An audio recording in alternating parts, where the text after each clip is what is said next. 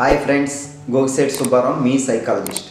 ఇవాళ మనం చెప్పుకునే టాపిక్ రక్షక తంత్రాల్లోని ఇంకొకటి ప్రతిగమనం, అంటే ఇంగ్లీష్లో రిగ్రెషన్.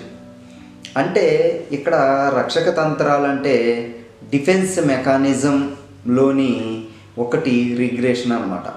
రిగ్రెషన్ అంటే ఏంటంటే పెద్దవాళ్ళు అయ్యుండి కూడా చిన్నపిల్లల బిహేవ్ చేయటం అన్నమాట. అంటే ఒక ఎగ్జాంపుల్ తీసుకోండి. ఒక వ్యక్తికి ఉద్యోగంలో ప్రెజర్ ఎక్కువైనప్పుడు ఇంటికి వచ్చి సైలెంట్గా కూర్చోవటం, లేకపోతే చిన్నపిల్లలాగా ఏడవటం, లేకపోతే రూమ్లోకి వెళ్ళి సైలెంట్గా పడుకోవటం, లేదా ఎవరన్నా నా మీద కన్సోల్ చూపించాలని కోరుకోవటం, ఇట్లాంటివి చేస్తూ ఉంటారన్నమాట. ఇంకోటి, పెద్దవాళ్ళైన ఆడవాళ్ళు కూడా వాళ్ళు వర్క్ ప్రెజర్ ఎక్కువైనప్పుడు రూమ్లోకి వెళ్ళిపోయి సైలెంట్గా ఎవరితో మాట్లాడకుండా పడుకోవటం కానీ, చిన్నపిల్లల్లాగా ఏడవటం కానీ, నన్ను ఎవరూ పట్టించుకోవటం లేదు అని టీనేజర్ లాగా ఎక్స్పెక్ట్ చేయటం కానీ, ఇలాంటివన్నీ చేస్తూ ఉంటారన్నమాట.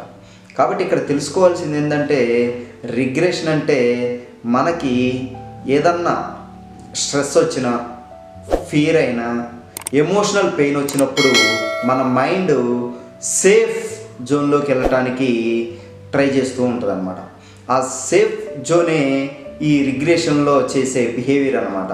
అంటే చిన్నపిల్లలాగా ఏడవటం కానీ, సైలెంట్గా ఉండిపోవటం కానీ, ఎవరితో మాట్లాడకుండా దూరంగా వెళ్ళిపోవటం కానీ, వర్క్ నుంచి తప్పించుకుని వెళ్ళిపోవటం కానీ, ఇలాంటివన్నీ చేస్తూ ఉంటారనమాట. దీన్ని రిగ్రెషన్ అంటారనమాట.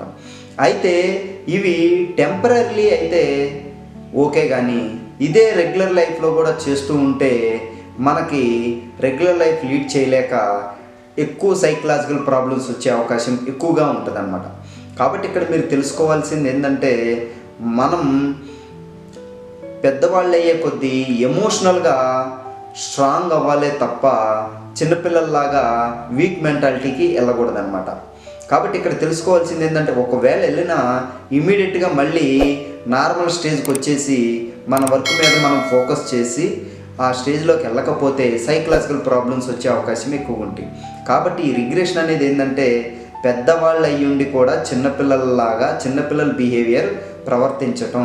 చిన్నపిల్లలప్పుడు ఏంది, ఏదన్నా ఏడిచినా బాధపడినా పక్కన వాళ్ళు వచ్చి ఎందుకు ఏడుస్తున్నావు ఏంటి అని ఓదారుస్తూ ఉంటారు కదా.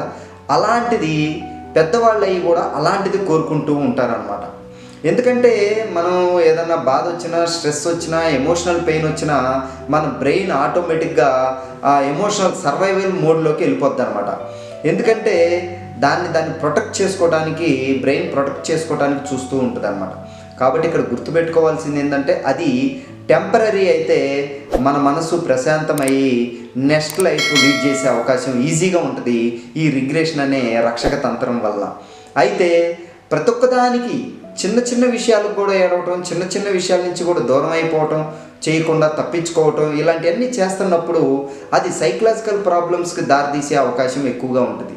కాబట్టి మనం ఎమోషనల్గా స్ట్రాంగ్ అవ్వాలి.